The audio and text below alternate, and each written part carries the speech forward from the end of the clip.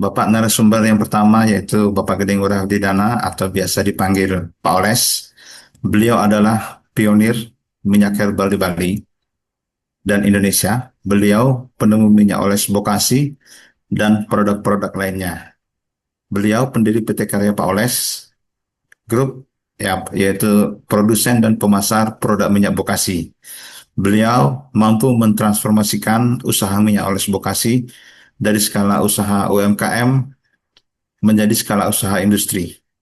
Pada webinar hari ini, beliau akan menginformasikan hidup sehat, harmoni tubuh, pikiran, dan jiwa dengan Ayurveda. Ya, berikut kita tampilkan CV beliau, bisa dilihat untuk para peserta webinar ya.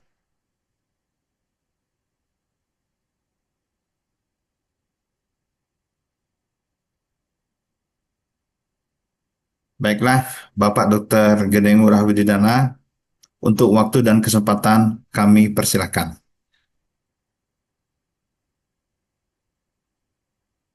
Assalamualaikum warahmatullahi wabarakatuh.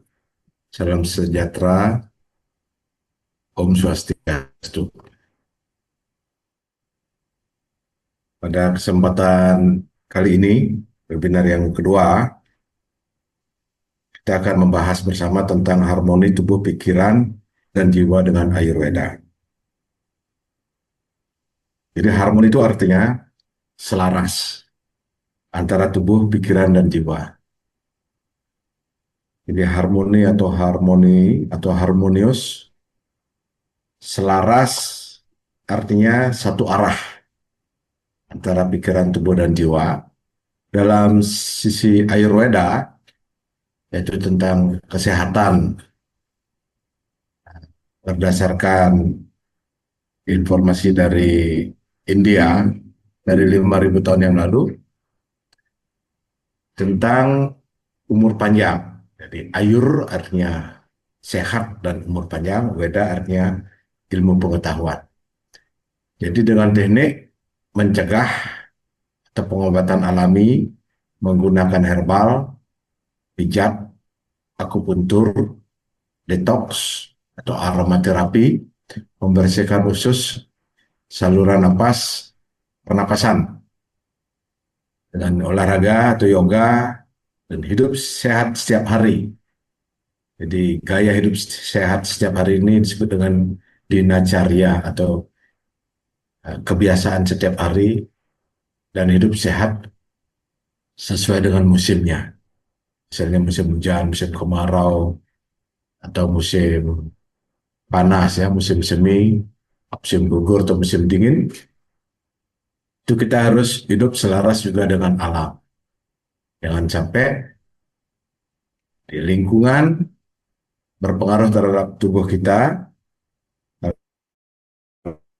bisa kalau tidak sesuai tentu akan kesehatan bisa menurun. Demikian juga tubuh. Tubuh itu dipengaruhi juga oleh makanan, oksigen, air, dan juga lingkungan. Pikiran juga demikian dipengaruhi oleh wawasan, pola pikir, bagaimana kita menghadapi keputusan, menentukan keputusan-keputusan setiap saat itu, sehingga tubuh kita itu bisa menjadi sehat. Kalau tidak seimbang, ini akan bisa menyebabkan tubuh bisa menjadi sakit. Nah, di dalam Ayurveda, tubuh kita itu ada lima, lima layer atau lima selaput ya. Yang pertama disebut dengan tubuh fisik atau Annamaya Kosa namanya. Fisik ini adalah tubuh yang terdiri dari panca mahabhuta ya, tanah, air, udara, api, eter. Jadi tubuh fisik inilah sangat dipengaruhi oleh makanan, sangat dipengaruhi oleh air dan udara. Jadi barang yang kita makan itu dia akan menyebabkan kita bisa sakit atau kita sehat. Kalau tidak seimbang, tubuh kita akan menjadi sakit. Terlalu banyak mengandung unsur tanahnya, tulangnya bisa menjadi keropos atau menjadi kegemukan dan lain sebagainya, atau kurus. Nah, kemudian tubuh pikiran yang disebut dengan manumaya kosa, jadi tubuh yang diliputi oleh uh, mencakup emosi, uh, persepsi atau pikiran atau cita-cita. Jadi tubuh pikiran itu mempengaruhi juga kesehatan. Itu adalah tubuh energi atau prana maya kosa, dibangun dari energi prana atau ki atau chi. Jadi tubuh pikiran, tubuh energi ini juga mempengaruhi kesehatan kita. Kalau kita sering, itu ibarat tabungan, tabungan di dalam tubuh itu adalah tabungan energi atau ki, yang dalam bahasa sekarang disebut dengan imunitas. Nah, selanjutnya susunan tubuh manusia yang lagi dua itu adalah tubuh pengetahuan atau wijnana maya kosa, dibangun dari pengetahuan dan inteligensi. Jadi orang itu juga kesehatannya tergantung dari pengetahuannya. Jadi wawasannya dibangun dari inteligensinya. Kalau dia tidak bisa mengelola informasinya, dia bisa sakit. Pengetahuannya kurang bagus, dia bisa sakit. Yang disebut dengan pandangan-pandangan salah dalam kehidupan. Jadi bagaimana dia melihat apa, memikirkan tentang makanan, tentang budaya, tentang adat istiadat. Pengetahuan ini yang benar bisa membuat dia sehat atau bisa membuat dia sakit. Yang kelima adalah tubuh kebahagiaan atau ananda maya kosa yang dibangun dari jiwa yang bahagia. Jadi jiwa itu dengan atma atau anandanya itu tubuh kebahagiaan itu langsung berhubungan dengan sang pencipta. Nah, ketiga tubuh itu saling melengkapi. Artinya tubuh fisik, tubuh pikiran, dan tubuh jiwa. Jadi tubuh fisik itu tubuh seperti sekarang, ada kulit, kemudian ada rambut, ada tulang, dan ada kuku, ya indera dan lain sebagainya. Itu disebut dengan tubuh fisik. Bisa nih ya ininya. Kemudian tubuh pikiran itu mengandung energi, nafas, dan pengetahuan. Yang ketiga adalah tubuh jiwa. Tubuh jiwa ini maksudnya adalah yang tidak terlihat di belakang daripada fisik dan pikiran kita. Kemudian yang ketiga adalah kunci daripada sehat itu adalah harmoni tubuh pikiran dan jiwa. Harmoni tubuh pikiran dan jiwa ini artinya kalau kita ingin mendapatkan suatu kesehatan, ketiga tubuh ini, jadi yang body, mind, and soul itu, fisik, pikiran, dan jiwa ini harus harmonis. Saat dia tidak harmoni, misalnya fisiknya kurang bagus, kurang olahraga, terlalu banyak makan, kekurangan makanan, kurangan protein, mineral, dan lain sebagainya, atau terlalu banyak, dia akan menyebabkan tubuh itu menjadi disharmoni. Karena fisik mempengaruhi pikiran, fisik dan pikiran itu mempengaruhi, pada akhirnya dia akan mempengaruhi kestabilan jiwanya. Nah, kata harmoni ini berarti seimbang atau selaras atau rileks atau mantap, berenergi dan bergembira dan bahagia. Keseimbangan itu didapat dari makan dan hidup sesuai dengan atau gaya hidup sesuai dengan prakriti atau prakurti. Prakurti ini nanti kita bahas bahwa tubuh yang terdiri, tubuh fisik kita terdiri dari 5 itu, tanah, air, ya, api, dan udara dan ether itu membangun menjadi tiga bagian yang disebut dengan tridosa. Tridosa itu vata, pitta, dan kapha. Ini nanti kita bahas.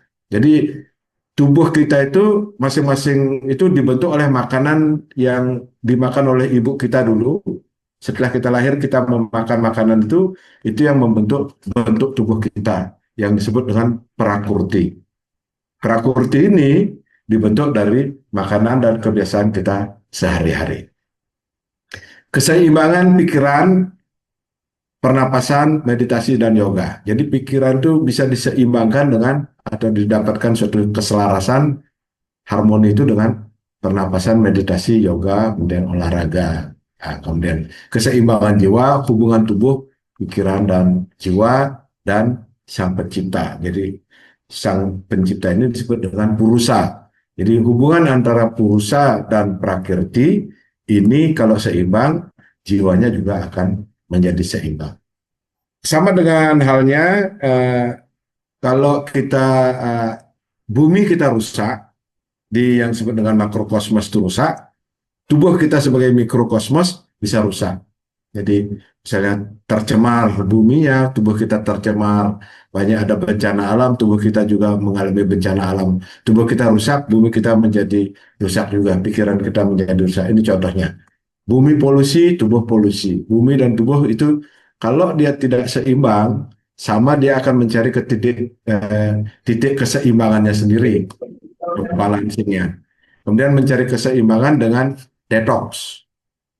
Detox ada dua hal, secara alami dia memperbaiki setelah rusak, tubuh kita bisa memperbaiki dirinya sendiri setelah mengalami kerusakan dengan apa namanya adaptasinya, dan detox dengan kesadaran atau menjaga keseimbangan dengan kita melakukan intervensi secara sadar, misalnya dengan makan yang bagus sesuai dengan prakurti, sesuai dengan tubuh tridosa kita, kemudian menjaga keseimbangan dengan olahraga, dan menjaga keseimbangan dengan lingkungan, sehingga tubuh kita bisa beradaptasi.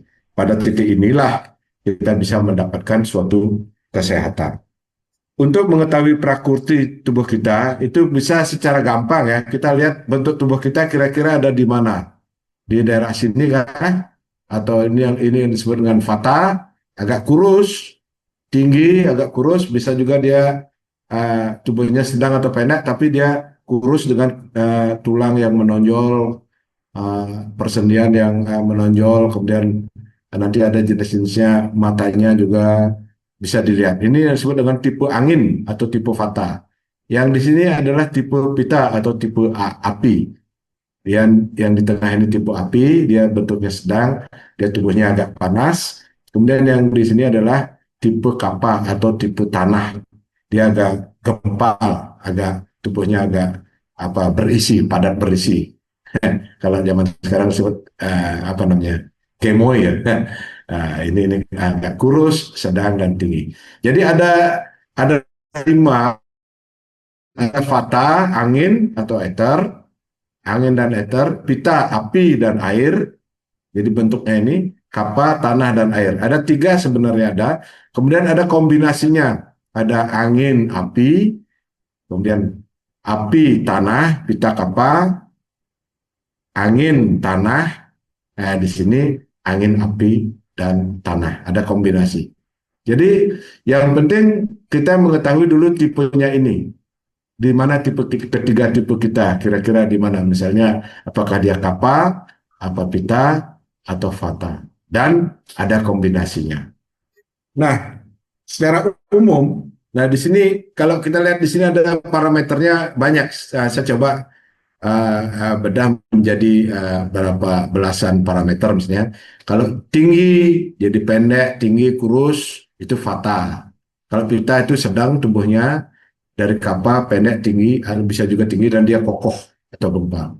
Dan kalau ototnya tipis, urat menonjol, ini pita medium, ini gempal. Beratnya ringan. Nah, kalau di sini bisa lihat kalau ada orang yang makannya banyak tapi tubuhnya susah naik berat badan, ini dia tuh bisa dimasuk dengan vata atau tipe angin.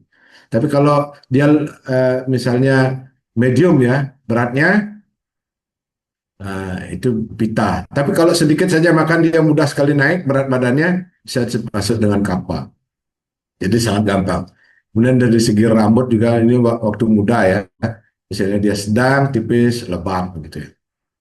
Kalau uh, sudah berumur, ada lagi tipe vata, pita, dan kappa yang sudah umur. Kemudian dari segi gigi, kecil, besar, sedang, dan besar. Mata, kecil, dan lain sebagainya. Nah, terutama di sini kita lihat tidur dan ingatan atau respon terhadap stres. Kalau dia cepat gelisah dan tidurnya suka terputus-putus, ini tipe vata dia. Tapi kalau pendek-pendek dia tidurnya pita. Tapi kalau susah, gampang tidurnya nyenyak bisa kapha. Jadi bisa dilihat. Anda termasuk vata, pitta, dan kapha. Kemudian reaksi terhadap stres. Ini mudah stres, cepat stres tapi cepat melunak. Nah, tipe kapha ini agak cuek dia, tidak terpengaruh terhadap stres ya. Kerjanya kreatif, intelektual, dan peduli. Ini contohnya. Dari segi bicara juga, kalau dia cepat bicaranya, dia termasuk vata, tipe angin. Kalau bicaranya jelas, tajam, dan tepat, tipe pitta, dan tipe kaphanya itu dalam dan pelan bicaranya. Jadi bisa dilihat. Tapi kalau lebih detail lagi, bisa nanti dijumlahkan berapa vata, berapa pitta, berapa kapha. Jadi, nah ini contohnya kalau tipe tipe prakurti ini. Jadi prakurti itu artinya tipe jenis tubuh kita yang disebut dengan vata, kapha.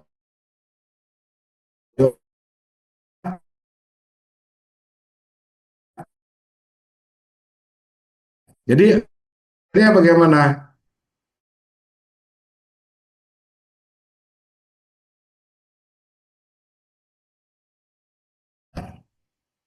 Ya, lupa, marah, perfeksionis, malas, dan lambat. Kekuatannya, imajinasinya, dan fleksibel, disiplin, dan ada kepemimpinan, empati, dan tenang. Jadi, setiap orang memiliki 3 jenis tipe dan kombinasi daripada tipe yang disebut dengan prakurti tersebut. Nah, orang Fata itu kreatif dan imajinatif, penuh dengan ide, belajar cepat, mudah lupa, tapi perasaannya cepat berubah, mudah cemas, mudah takut, banyak pikir, susah tidur jika stres, bicara cepat, dan bicara berpikir cepat. Kalau Pita, dia logis, tegas, fokus, dan pada tujuan. Modalnya belajar, detail, suka belajar, suka kompetisi, perfeksionis, cepat marah, mudah frustasi jika tidak sesuai rencana, energi mental kuat, dan disiplin tinggi. Tapi tipe Kappa, dia tenang, stabil, penuh cinta kasih, ingatan kuat, belajarnya dia lambat, tapi tidak mudah lupa, emosinya stabil, mudah terasa nyaman, malas bergerak, loyal, sulit melepaskan sesuatu atau orang atau kenangan. Ya, ini tipe. Dari bentuk tubuh kita bisa mengetahui tipe pikiran orang itu bagaimana. Jadi ini adalah modal kita untuk mengetahui secara psikologis juga, secara kebiasaannya. Jadi bentuk tubuh itu berpengaruh terhadap pikiran, berpengaruh juga terhadap jiwanya.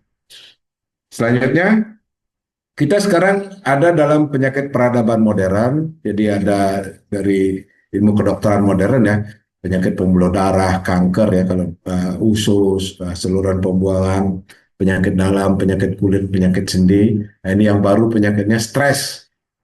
Banyak uang juga stres. Nah, apalagi nggak punya uang ya, sama stres, takut, gelisah, susah tidur. Ada penyakit sosial ya, marah, iri, cemburu, dan dendam. Dan penyakit instan. Ini juga sering, ingin semuanya serba cepat. Ini penyakit peradaban manusia modern. Nah, tentu dalam tipe-tipe makanan itu berpengaruh terhadap efeknya. Jadi ada 6 rasa makanan yang disebut dengan sad rasa, manis, asam, asin, pedas, pahit, dan sepet. Ini kalau makan manis, kappa akan meningkat. Jadi cepat gendut nih. Ya, tubuh kita menjadi gempal, jadi panas jadi di tubuh. Asin meningkatkan kappa dan pita. Jadi pedas meningkatkan pita dan vata, pahit meningkatkan vata, sepet menurunkan pita dan kapha. Artinya kalau tubuh kita kapha, jangan yang meningkatkan kapha. Kalau tubuh kita vata, jangan yang meningkatkan vata. Jadi kalau kita misalnya orangnya kurus begitu, kita kasih pahit, tentu dia sudah vata, kita kasih vata, tambah tidak bisa tidur dia, tambah istilahnya stres ya. Tapi kalau misalnya dia itu kapha, dia harus meningkatkan pita dan vata. Jadi jenis-jenis makanan pita dan vata itu apa nanti akan dijelaskan. Jadi kalau tubuh kita gampang gemuk, jangan makan manis, asam dan asin. Ini akan meningkat kaphanya. Itu contohnya. Tapi kalau kita tubuhnya pita, jangan meningkatkan pita. Jangan yang pedas misalnya. Jadi contohnya. Jadi jenis makanan mempengaruhi tubuh. Nah tentu juga mempengaruhi daripada jenis olahraga ya. Misalnya kalau dia tipe Vata, itu karena dia tipenya dia kreatif, itu dia harus slow. Yoga pun yoga yang slow. Restoratif yoga, yin yoga, yoga cocok jalan santai, pilates atau tai chi, qigong semuanya harus slow karena dia berpikir santai, jogging dan jogging yang ringan. Tapi kalau orang tipe Pitta, dia itu dia panas, dia juga harus lebih rileks juga. Yoga yin, restoratif, surya namaskara, jalan kaki santai, renang, sepeda santai, tai chi, bela diri yang lambat misalnya. Tapi kalau orang Kappa, dia tipenya berat dan lambat, dia harus dicocok lari, aerobik, basket, gym, renang, hot yoga, maraton, panjat tebing dan sepeda cepat. Jadi ini nanti harus ada keseimbangan ya. Kalau di push semuanya itu kalau tidak cocok bisa juga tulangnya tidak cocok atau mungkin kulitnya tidak cocok, bisa juga nanti dia tambah stres contohnya. Jadi olahraga itu berpengaruh cocok pada tipe-tipe tertentu. Nah, selanjutnya karena ketidakseimbangan ini bisa menyebabkan kita sakit, tentu kita harus bisa menjaga pikiran atau mindset mindset sesuatu sudut pandang itu menghasilkan keseimbangan atau ketidakseimbangan. Kemudian tubuh itu akan menyesuaikan dirinya dengan pikiran. Tubuh mempengaruhi pikiran, pikiran juga mempengaruhi tubuh. Nah, lebih mudah mengatur atau menyelaraskan pikiran. Jadi menyelaraskan pikiran lebih susah, apalagi menyelaraskan jiwa ya. Jadi yang paling gampang diselaraskan itu adalah tubuh.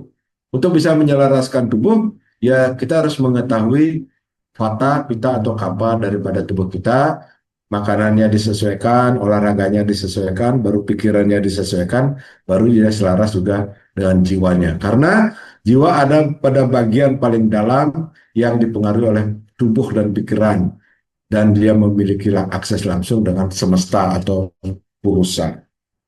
Nah, di dalam jam yang disebut dengan Ayurvedic time, itu clock ya, itu ini, tubuh kita jam di setiap 4 jam ya, jam 6 sampai jam 10 ini disebut dengan kapha time.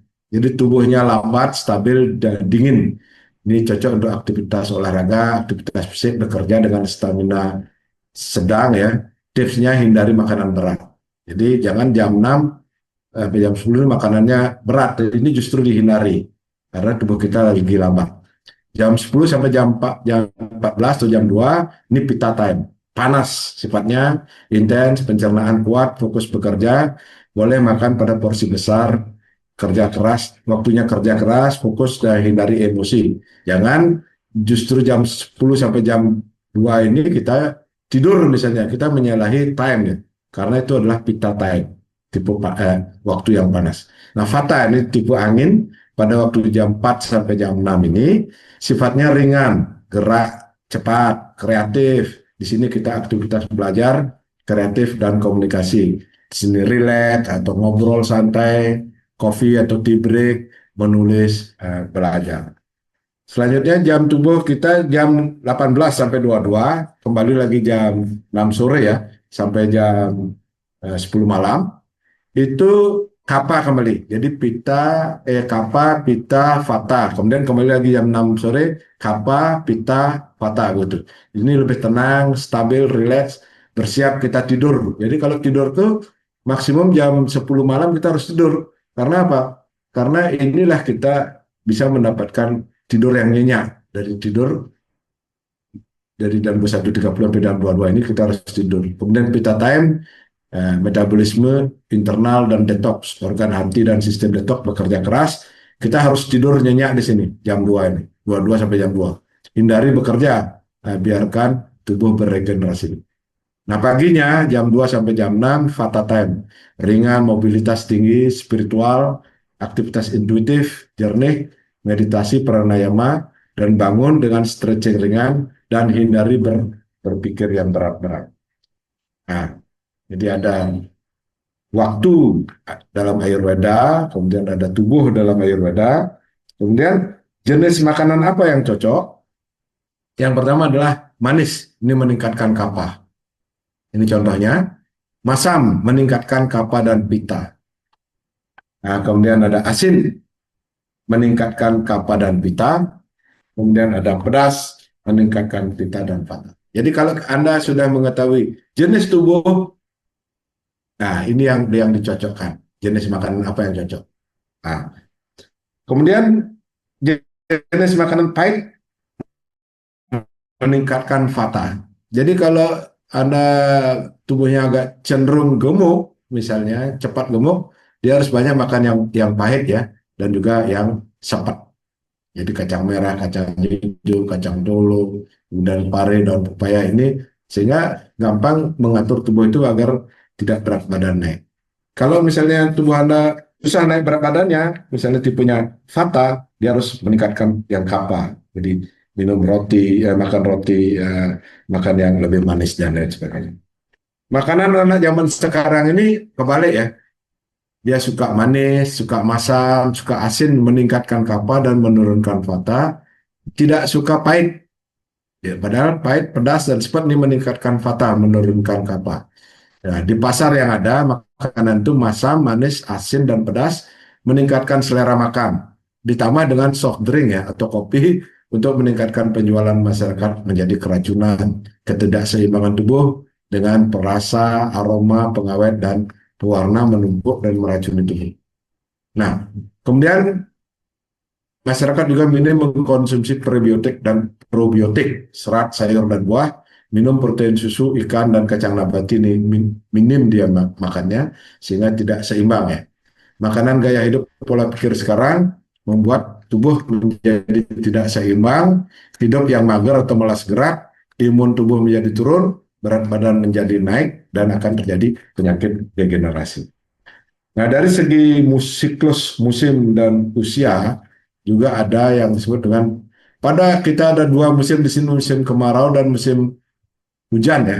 Pada waktu musim hujan itu adalah musim kapha, pada musim kemarau pitta.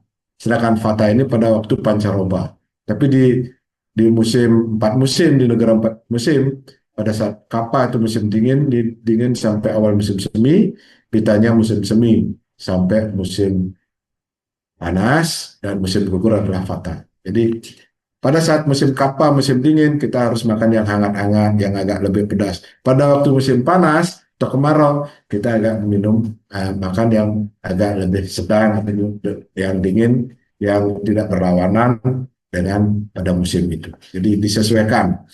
Tubuh juga demikian. Kalau musim dingin, ya tubuh kita harus dihangatkan dengan baju yang lebih hangat, ruangan pemanas, dan lain sebagainya. Di atas 50 ini kita vita atau penuaan. Menua kita itu menjadi lebih kurus ya, lebih kurus. Pada waktu umur produktif kita itu juga badan kita panas, ya, sangat energik. Pada waktu muda di bawah 16 tahun itu dia saat ini pertumbuhan. Jadi jangan sampai saat pertumbuhan kita tidur, saat produktif kita tidur, atau saat tua kita aktif. Jadi terlalu berlawanan sehingga tubuh kita bisa sakit. Jangan sampai berlawanan. Nah, kemudian kita harus bisa mengenali prakurti tubuh kita. Yang pertama, apakah tubuh kita itu mengandung apa, sehat badannya, pitta, kapha, dan vata. Dalam siklus pencernaan juga demikian. Pada 2 jam setelah makan, 2 sampai 4 jam setelah makan, 4 sampai 6 jam setelah makan, ini kapha, pitta, dan vata.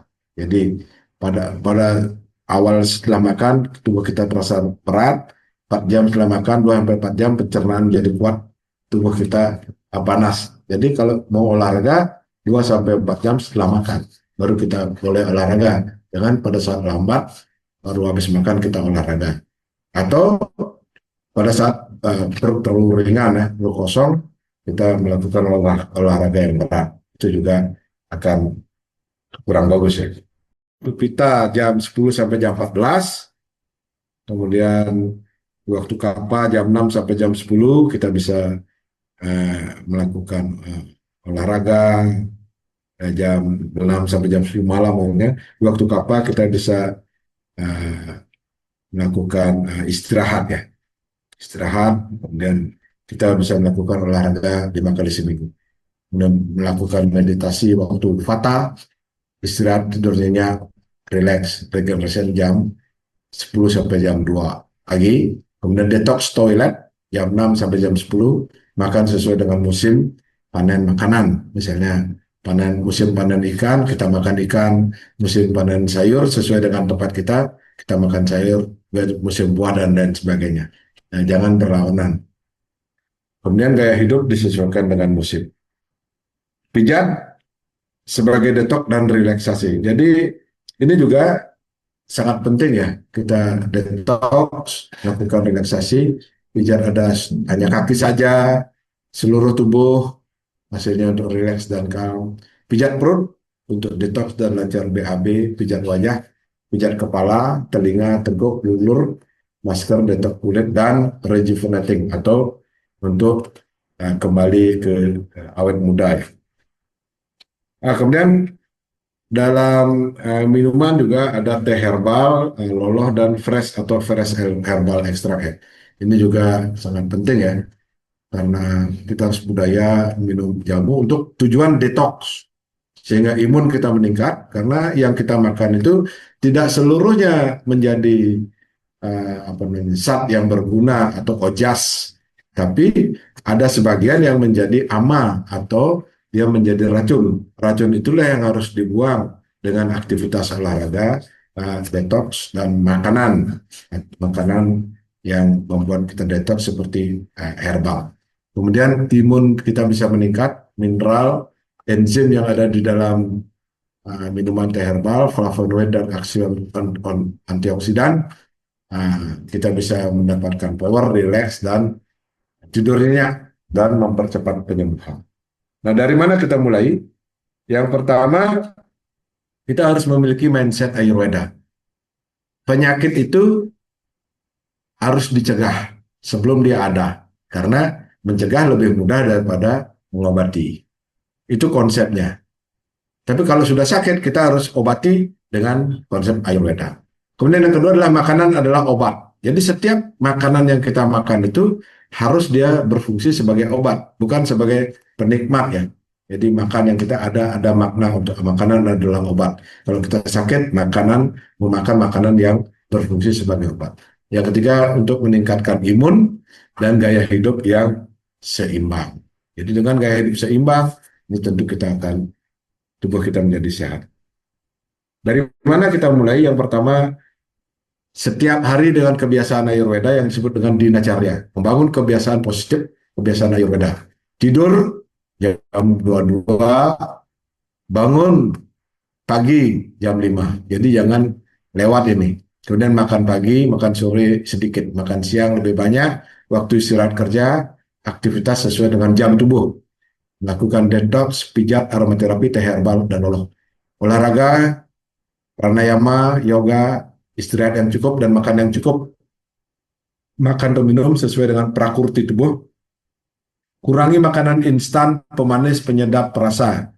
Minum air putih cukup, mendapatkan udara bagus atau prana yang bagus, relaksasi, meditasi, dan yoga. Jadi mulainya lebih gampang ya, dari bangun pagi jam 5 tidur. Jadi tidur lebih awal, bangun lebih awal juga. Jadi jam 5, jam 10. Nah, kalau sakit bagaimana? Nah, kalau sakit, tentu temukan. Anda harus bisa menemukan kenapa sakit. Penyebab sakitnya harus tahu. Kita yang tahu, baru kita bisa konsultasi ke dokter. Kemudian tubuh dan pikiran tuh, orang yang sakit pasti mengalami disharmoni. Banyak pikir, kelebihan makan, kekurangan makan, ada masalah, dan lain sebagainya. Penyebab sakit yang dihentikan. Jadi kita harus mengetahui penyebab sakit, kemudian kita menghentikan penyebabnya itu, baru kita bisa minum obat herbal dan detox. Konsultasi dengan dokter atau dokter Ayurveda, kembali ke tubuh, pikiran, jiwa yang harmoni, agar terus kita bisa menjaga pikiran tetap sehat. Kembali hidup atau pola hidup baru. Nikmati, jalani, syukuri hidup ini. Kemudian biarkan jiwa menjadi bahagia, damai dengan bersyukur dan bermakna. Jadi kita harus konsep daripada Ayurveda itu adalah menjaga harmoni tubuh, pikiran, dan jiwa dengan mengetahui tipe prakurti tubuh kita, kita bisa menentukan makanan apa yang cocok, iklim apa yang cocok, dan kita bisa juga menentukan olahraga yang cocok, kemudian bagaimana terus menjaga yang disebut dengan dinacarya, kebiasaan sehari-hari Ayurveda agar sesuai dengan jam tubuh kita. Sekian dan terima kasih.